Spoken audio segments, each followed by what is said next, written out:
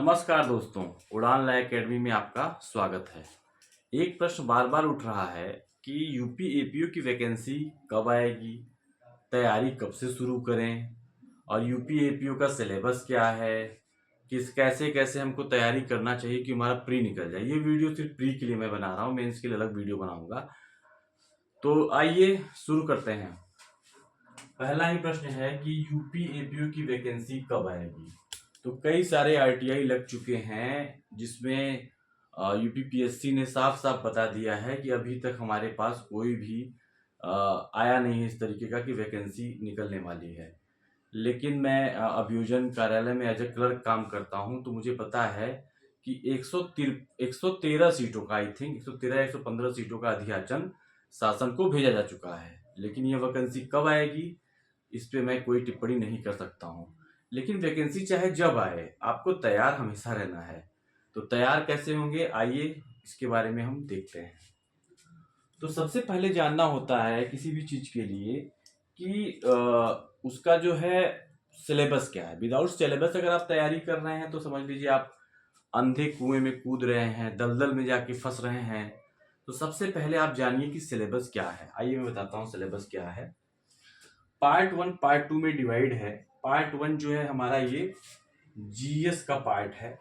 इसमें मैंने टॉपिक और नंबर ऑफ क्वेश्चंस, कितने नंबर आपको मिलेंगे, टोटल 150 नंबर का सिलेबस होता है ये टोटल। तो जनरल साइंस के 8 नंबर, करंट में नेशनल और इंटरनेशनल के 10 नंबर, हिस्ट्री ऑफ इंडिया के 8 नंबर, इंडियन नेशनल मूवमेंट के 8 नंबर, इंडियन पॉलिटी के 4 नंबर, इंडियन इकोनॉमी के 4 नंबर, वर्ल्ड ज्योग्राफी के 4 नंबर, पॉपुलेशन के 4 नंबर। ये कुल आप जोड़ेंगे तो 50 नंबर है। प्लस नीचे लिखा हुआ है general awareness of about topic. ये इनफाइनाइट है। इनफाइनाइट मतलब कितने भी प्रश्न का 5-6 नंबर का आ सकता है। तो इन सब का जनरल अवेयरनेस आपको कहां से पता चलेगा, ये मैं आगे बताऊंगा। फिर पार्ट 2 में आते हैं तो आईपीसी के 35 नंबर, इंडियन एविडेंस एक्ट के 25 नंबर, सीआरपीसी के 25 नंबर, रेगुलेशन के 7 number, regulation UP police act के 7 नंबर और रेगुलेशन के 8 नंबर। ये आप जोड़ेंगे टोटल तो आएगा 100। कितना आएगा? 100।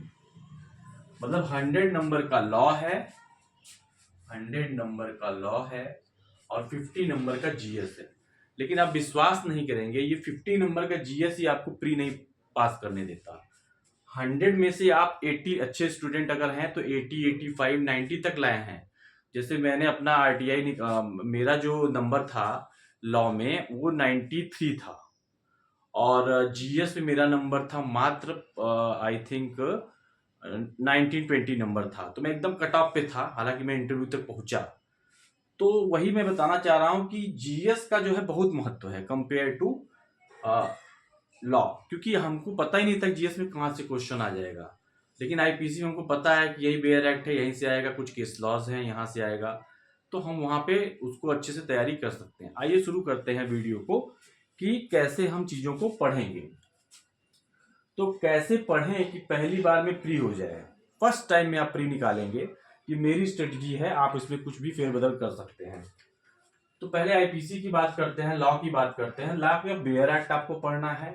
बेयर एक्ट में मेंस के क्वेश्चन को प्री की तरह नहीं पढ़ना है। जैसे 34, 149 general exception, 120A, 120B abetment, 299, 300। मतलब आपको पता है कि 20-22 टॉपिक हैं जो मेंस के हैं, उसको मेंस की तरह नोट्स बना के पढ़ना है। उसमें केसेस वगैरह सब आएंगे और कुछ सेक्शन है जो केवल प्री बेस्ड सेक्शन है। 153A, B, 141, 42, उसके बाद आप देखेंगे तो पब्लिक से रिलेटेड जो कुछ सेक्शंस हैं, न्यूसेंस वाले जो सेक्शंस हैं, उसके दंड, तो ये प्री सेक्शन है। मैं आपको टेलीग्राम चैनल पे प्रोवाइड करा दूंगा कौन सा प्री सेक्शन है, तो वहां से आप देख लेंगे। अब बेयर एक्ट हो गया, उसके बाद क्या करें? उसके बाद आप घटना चक्र जो आती है हिंदी वालों के लिए, घटना चक्र को आप 100 क्वेश्चन में डिवाइड करिए। 10 दिन में लगभग 1000 से ऊपर का क्वेश्चन है। 10 दिन में वो कंप्लीट होगा। 10 दिन में कंप्लीट होने के बाद फिर से आप उसको पढ़िए।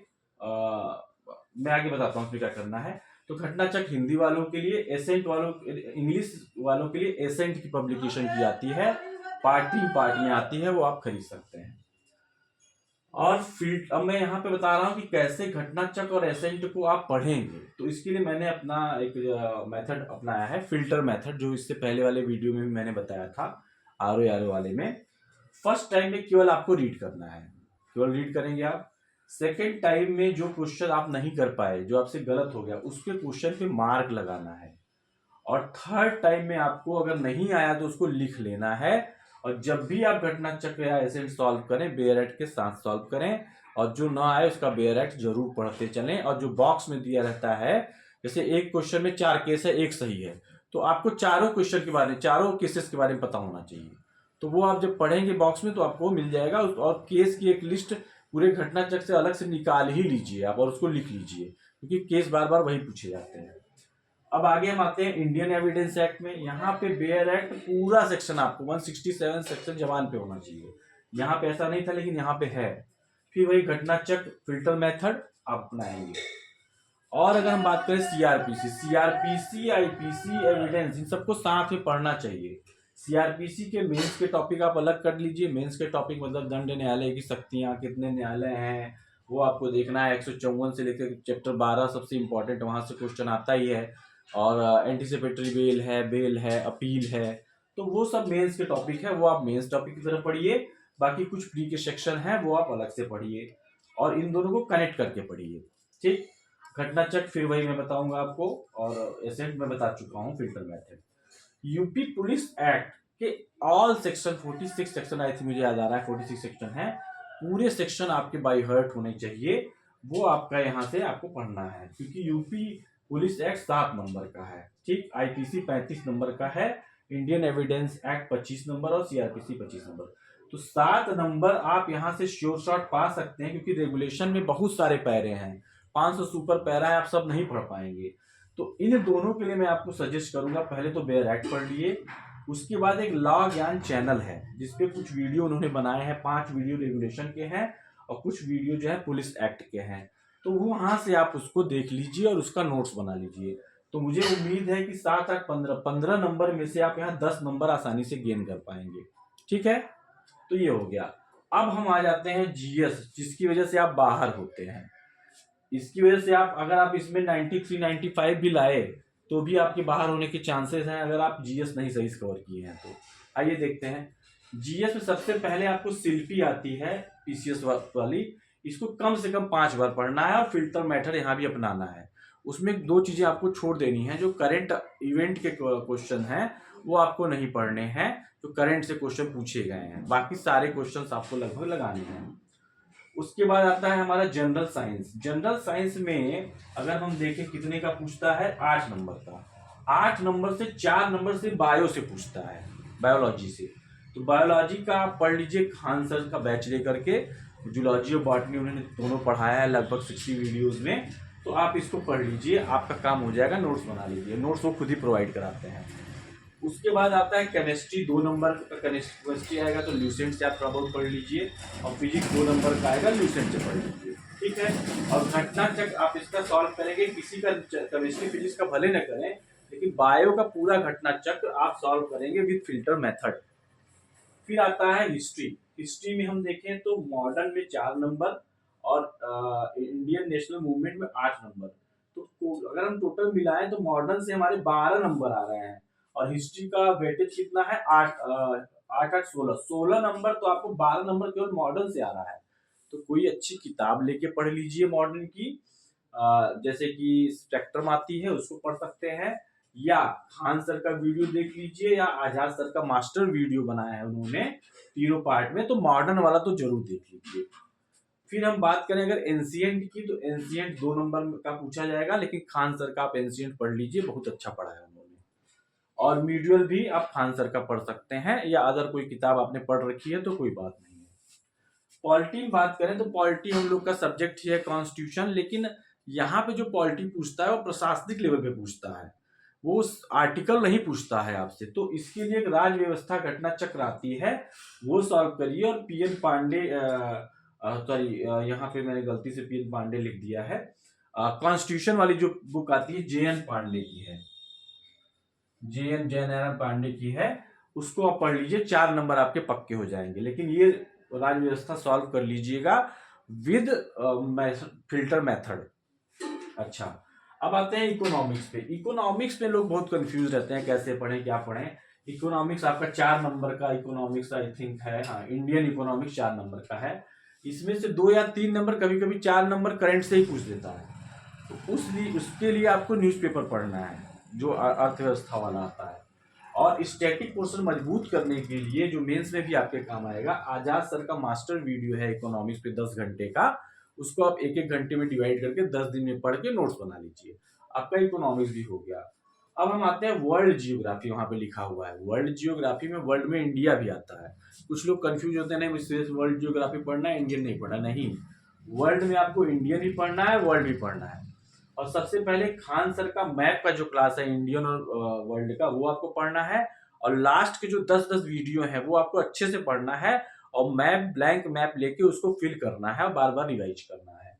और उनका बैच भी आप ले लीजिए वर्ल्ड जियोग्राफी का, और पूरा जियोग्राफी आप अच्छे से पढ़िए, क्योंकि जियोग्राफी का वेटेज बहुत ज्यादा है। यहाँ पे हम देख रहे हैं 4 नंबर जियोग्राफी है, तो यहाँ से लगभग 2 या 3 नंबर तो आसानी से आप निकाल ले जाएंगे। पॉपुलेशन के लिए आजाद सर का मास्टर वीडियो है, आप पढ़ सकते हैं। और ल्यूसेंट भी आप पढ़ सकते हैं। अब देखिए, एक चीज मैं कहना चाहूंगा, मैं आपको स्ट्रेटजी बता रहा हूँ, ये मेरी स्ट्रेटजी है, आपकी कुछ अलग हो सकती है, ठीक है। ऐसा नहीं है कि उसी पे चलना है, बस मैं एक बेसिक आइडिया दे रहा हूँ कि जिससे आपका जो प्री रुक रहा है, मेरा 105 नंबर आई थिंक था, और एकदम मैं बॉर्डर पे था, और मेरा हुआ तो मैं इंटरव्यू तक पहुंचा। तो मैं चाहता हूं कि आपका टारगेट हमेशा 120 से 125 रहे। और माइनस मार्किंग से बचने के लिए आप पहले से माइंड में बना लीजिए कि मुझे 125 क्वेश्चन ही करना है। 125 से 130 क्वेश्चन, 20 क्वेश्चन मुझे छोड़ने हैं, तो उसको कट मारिए। जिसको छोड़ना है उसके बारे में आपको समय भी नहीं लगाना है। और मान लीजिए 2 में से 1 आ रहा है, तो उसके लिए मैं अलग वीडियो बना दूंगा कैसे अटेम्प्ट करते हैं, ठीक है। अब आ गया पॉपुलेशन। पॉपुलेशन आप लूसेंट से पढ़ सकते हैं, या आजाद सर का मास्टर वीडियो है वहां से पढ़ के नोट्स सबका बनाइएगा, ठीक है। अब जो यहाँ पे दिया हुआ है जनरल अवेयरनेस सबका, तो उसके लिए आपको न्यूज़पेपर डेली कम से कम आधा घंटा न्यूज़पेपर आप पढ़िए, हिंदी या इंग्लिश मीडियम जो भी आपका है। न्यूज़पेपर पढ़ेंगे तो प्री और मेंस दोनों तैयार हो जाएगा, ठीक है। तो ये एक छोटा सा वीडियो था। अब मैं इसमें कुछ बातें और जोड़ता हूँ। किस टॉपिक पर वीडियो आपको चाहिए, कमेंट बॉक्स में बताइए। किस टॉपिक में आपको दिक्कत है, आईपीसी, सीआरपीसी, एविडेंस, जीएस, जिसमें भी दिक्कत है मैं प्रयास करूंगा उस पर वीडियो बनाऊं। चैनल को आप लाइक करिए, सब्सक्राइब करिए, स्टडीज ग्रुप में शेयर करिए। यदि मेरा वीडियो अच्छा लगा हो तो, कोई प्रेशर नहीं है, अगर आपको अच्छा लग रहा है मेरा वीडियो में और मेरे काम को आप प्रोत्साहित करना चाहते हैं, तो प्लीज आप इसको करिए। और मेरा नंबर है 7068580978। हो सकता है उठ ना पाए तो मैं कॉल बैक जरूर करता हूँ, या व्हाट्सअप पे आप मुझसे ज़्यादा से ज़्यादा जुड़िए। कॉल पे क्योंकि मुश्किल है, 10 से 5 मेरी ड्यूटी रहती है, तो थोड़ा सा दिक्कत है। फेसबुक पे चैनल है उड़ान ला एकेडमी उड़ान, यहाँ पे आप जुड़ सकते हैं। टेलीग्राम है उड़ान ला एकेडमी। तो जहां तक है मैंने लगभग सारी चीजें आपको बता दी। तो कैसा लगा आपका वीडियो, कमेंट बॉक्स में बताइए, और मुझे प्रोत्साहित करिए। और इस वीडियो को अंत तक देखने के लिए आपका बहुत बहुत धन्यवाद। जय हिंद, जय भारत।